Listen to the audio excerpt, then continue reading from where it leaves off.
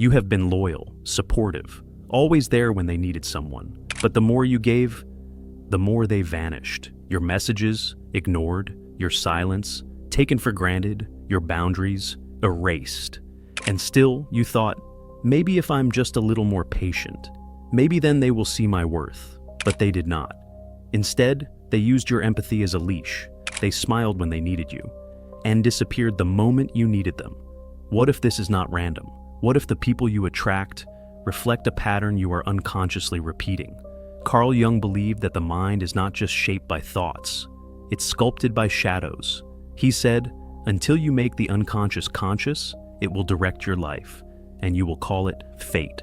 In other words, if you keep tolerating the wrong behaviors, it's not just their fault, it's your unresolved psychology, making the same mistake again and again. There are 7 toxic behaviors Jung would have told you to never accept, never explain, never excuse.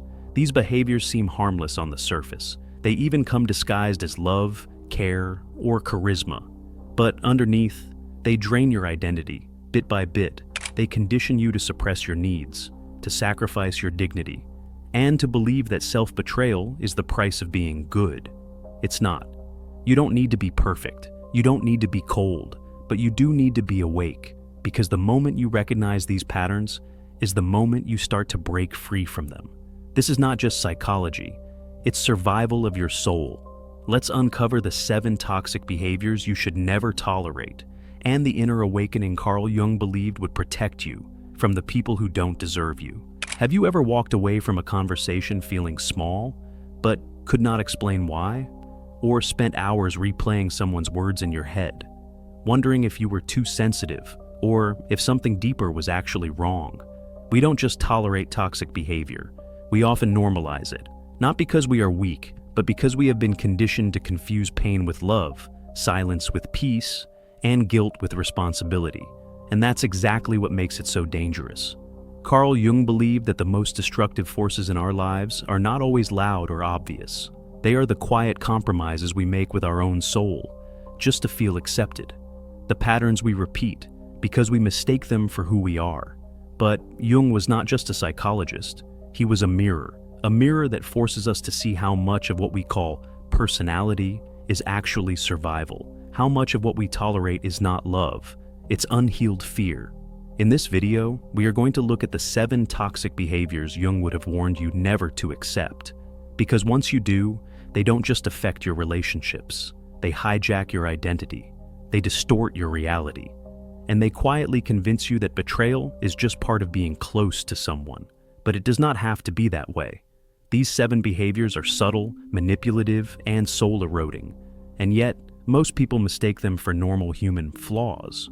But if you have ever felt drained, confused, or invisible in a relationship, you might already be tolerating them. By the end of this video, you will understand how to recognize them, why your mind might be attracting them, and what Jung would say you must do to protect your inner peace before it's consumed by someone else's chaos. Have you ever found yourself in a relationship that felt eerily familiar, even though the face was different? Same pain, same games, same emptiness, and no matter how many times it happens, you ask yourself, why do I keep ending up here? Carl Jung had a haunting answer. He believed that our lives are shaped far more by the unconscious than we realize, that behind our logic and self-image, there's a deeper realm guiding our choices, the shadow self. The shadow is the part of us we have hidden, or were forced to hide, our repressed emotions, unmet needs, and unhealed wounds. And according to Jung, until you make the unconscious conscious, it will direct your life, and you will call it fate. In other words, we don't attract toxic people because we are broken. We attract them because, deep down, they reflect something unhealed within us. That controlling partner, they mirrored the parent who only gave you love when you obeyed. That emotionally unavailable friend, they echoed the rejection you felt when you first learned it was not safe to express your needs. That manipulative boss, they reinforced the belief that your worth is tied to your usefulness, not your existence. The unconscious mind does not seek happiness, it seeks familiarity, even if that familiarity hurts you. Jung wrote, "People will do anything, no matter how absurd, to avoid facing their own soul. So we stay. We rationalize. We call it being loyal, being strong, or giving them the benefit of the doubt. But underneath that, it's fear. Fear of loneliness, fear of abandonment, fear that if we finally demand respect, love will walk away. And the longer we live like this, the more we become numb to the very behaviors that are destroying us. Jung warned that when we ignore the unconscious, it takes over, through projection.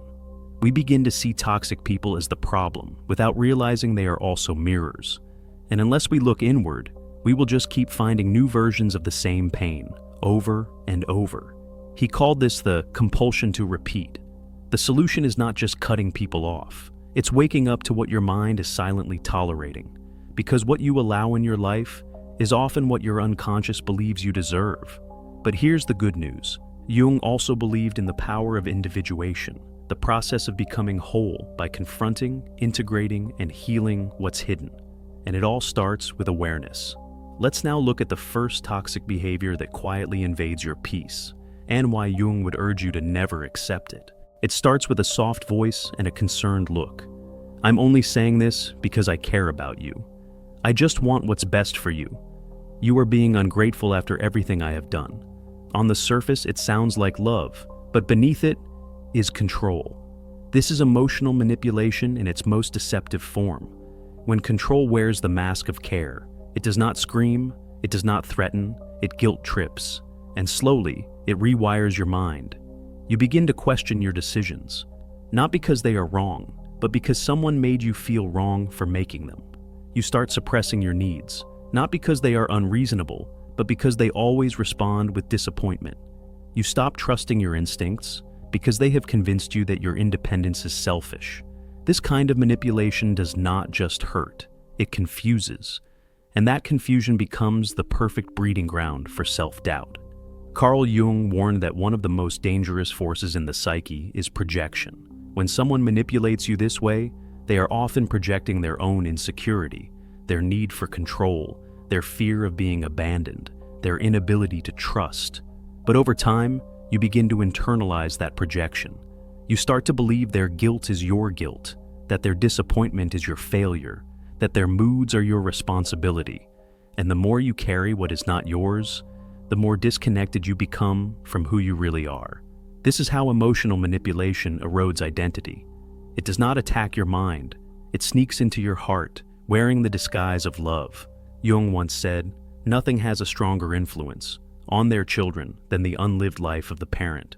That unlived life, filled with regrets, repressed emotions, and unmet expectations, often becomes the script manipulators impose on others. They don't want you to grow. They want you to behave. But real love does not control, it does not silence, it does not punish independence. It supports your growth, even when that growth means making your own choices.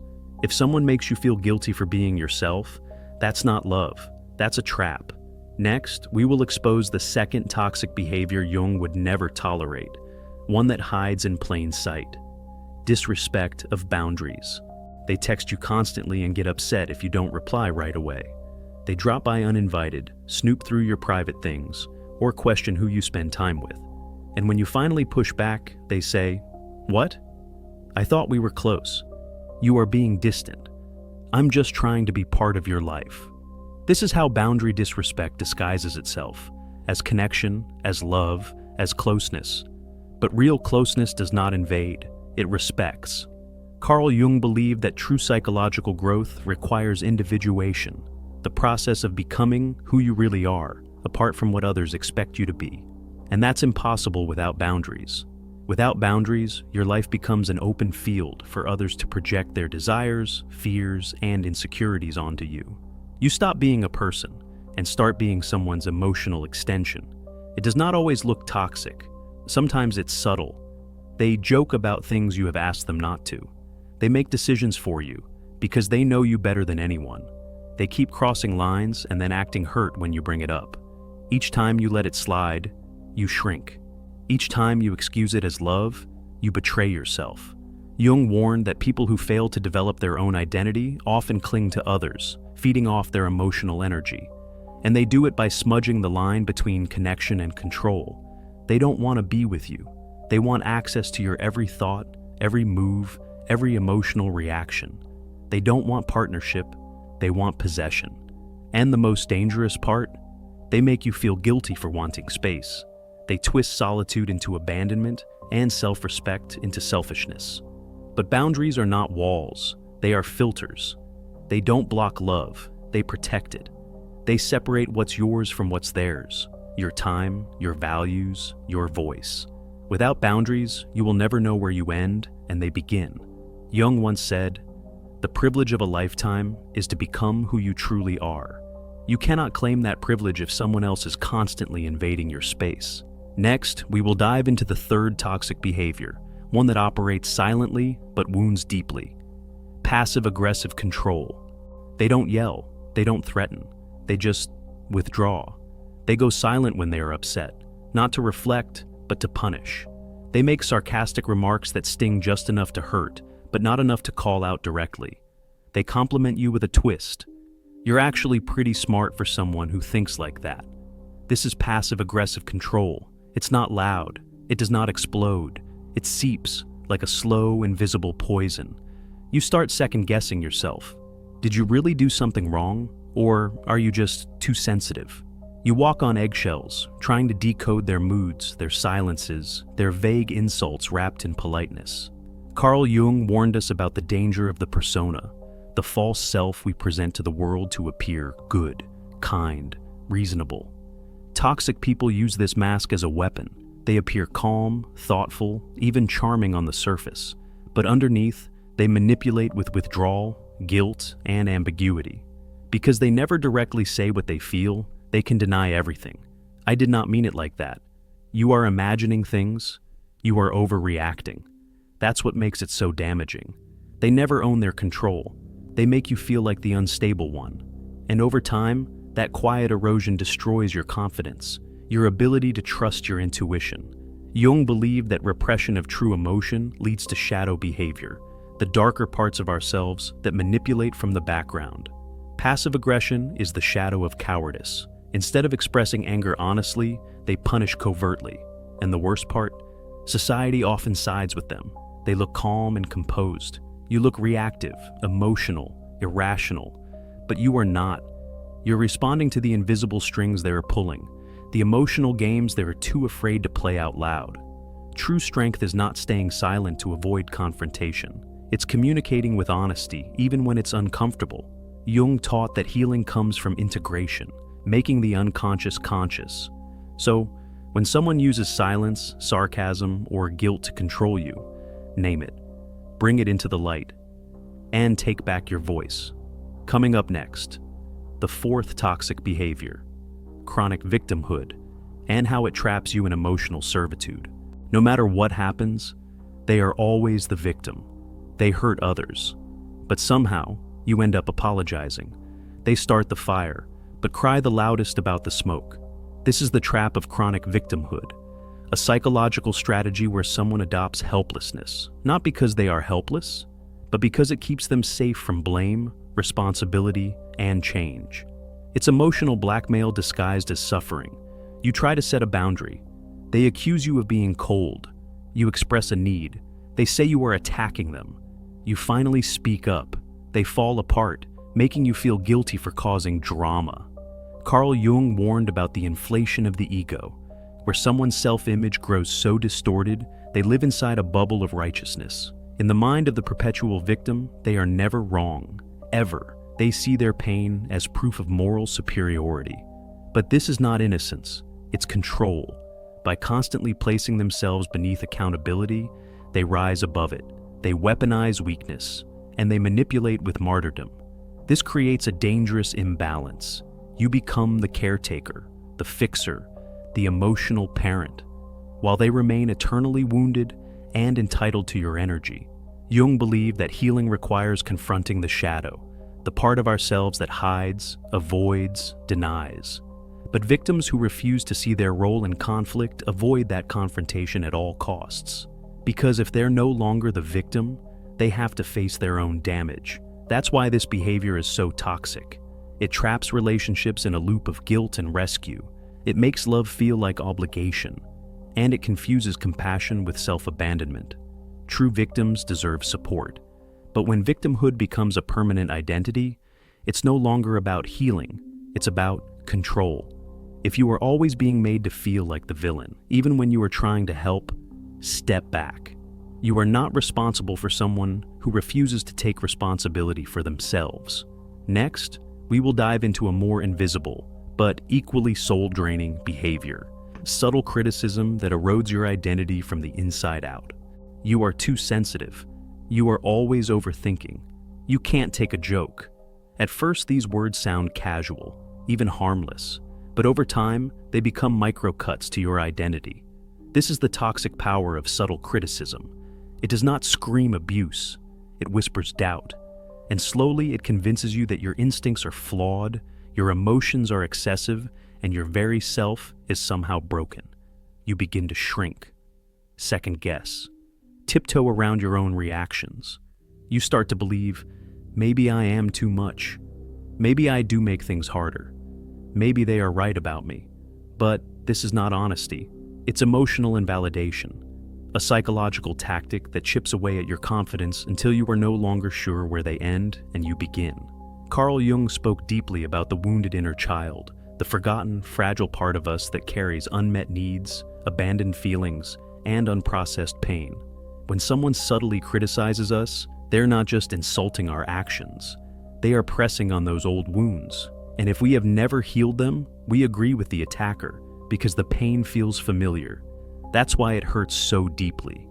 Jung believed these old wounds form our unconscious patterns. We are drawn to people who mirror the treatment we received when we were most vulnerable. And unless we confront it, we will stay stuck in cycles of self-doubt, handing our identity to those who only know how to diminish it. Subtle criticism is not feedback. It's control, dressed in concern. It's domination, masked as advice. And when it becomes frequent, it begins to disintegrate your personality. You lose your voice, your spark, your center. The worst part? You end up defending the very people who are erasing you. If someone makes you feel wrong for simply being yourself, that's not love, that's erosion. You were not born too much. You were taught to feel that way by people who feared your truth. In the next section, we will uncover a behavior that seems generous on the surface, but drains you from within, toxic entitlement to your energy. Some people won't ask for your time. They will expect it. They won't appreciate your support. They will demand it, again and again. These people act like your energy is a resource they are entitled to. Your availability is not seen as kindness. It's seen as obligation. They don't say thank you. They say finally. And slowly the relationship shifts from mutual care to silent servitude. You start to feel guilty for not replying fast enough, for needing space, for saying no. But here's the truth. You were never selfish. They were just entitled. Carl Jung spoke of something called psychic energy, the invisible life force that fuels our thoughts, decisions, creativity, and emotion. It's finite. And when we constantly give it to people who never return it, we become drained, not just tired, empty. These people are what Jung would have called emotional vampires. They don't want connection, they want consumption. They feed off your compassion, your attention, your guilt. And the worst part? They disguise their entitlement as helplessness, neediness, or even love. You are the only one who gets me. If you really cared, you would be there. Everyone else leaves me, please don't be like them. But this is not vulnerability, it's manipulative dependence. Empowering relationships leave you feeling inspired, seen, and alive. Draining ones leave you anxious, resentful, and burned out. One gives, the other takes, endlessly. Jung believed that without conscious boundaries, our psychic energy is hijacked by others' unmet needs. We start living their life instead of our own. And in the process, we lose the energy to become who we truly are.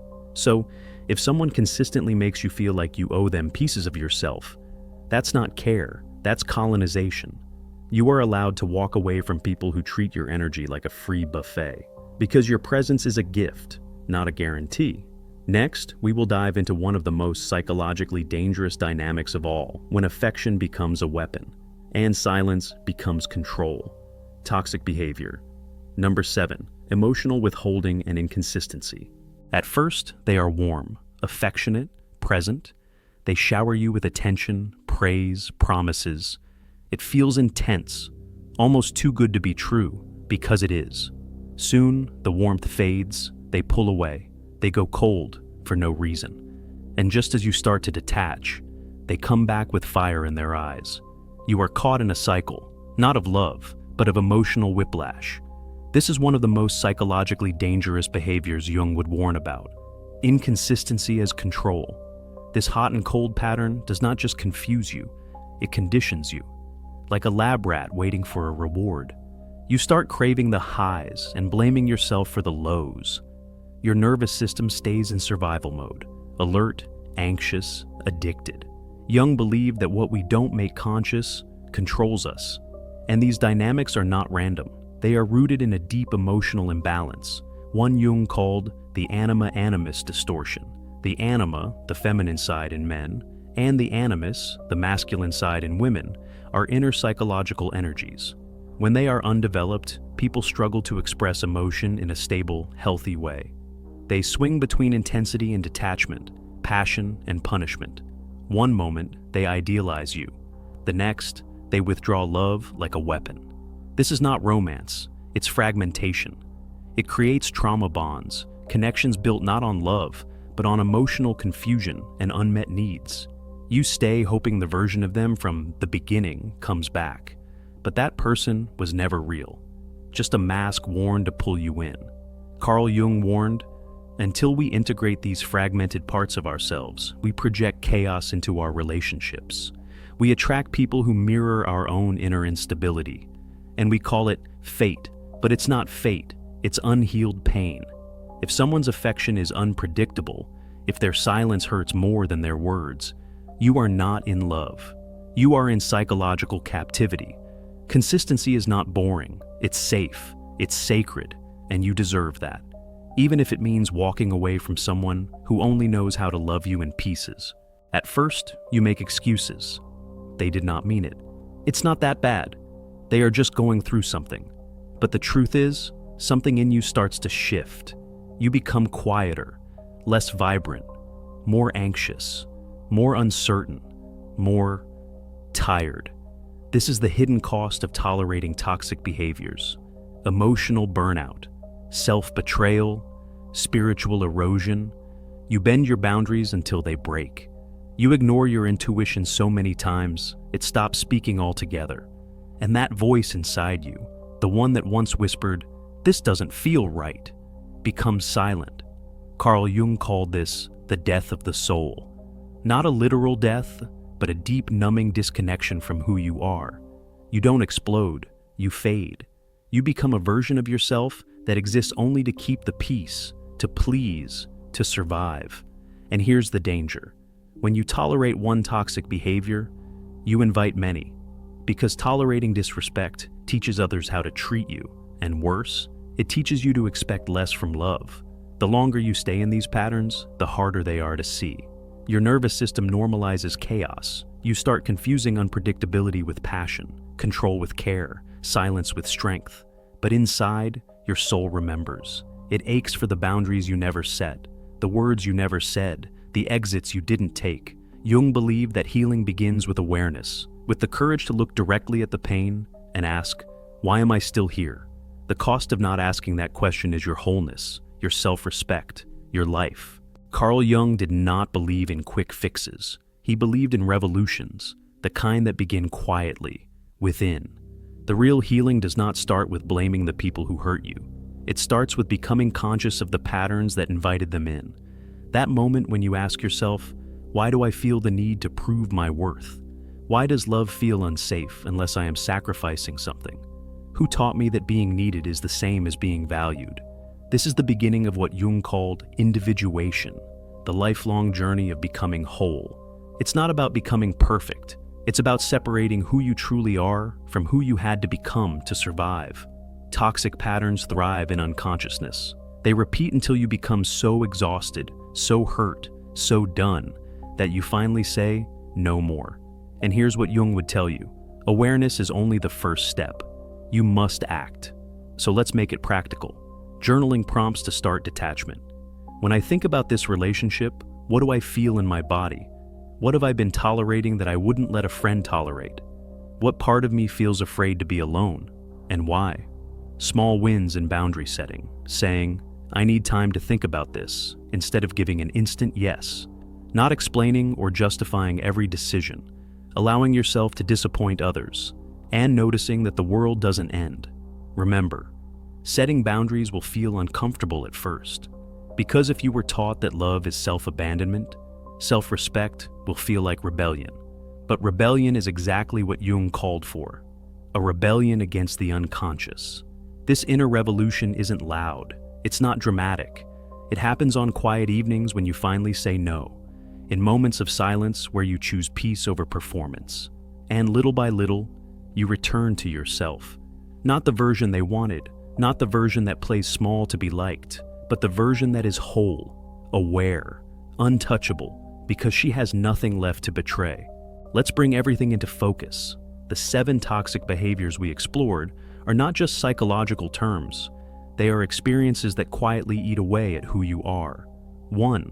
Emotional manipulation that masks itself as love. 2.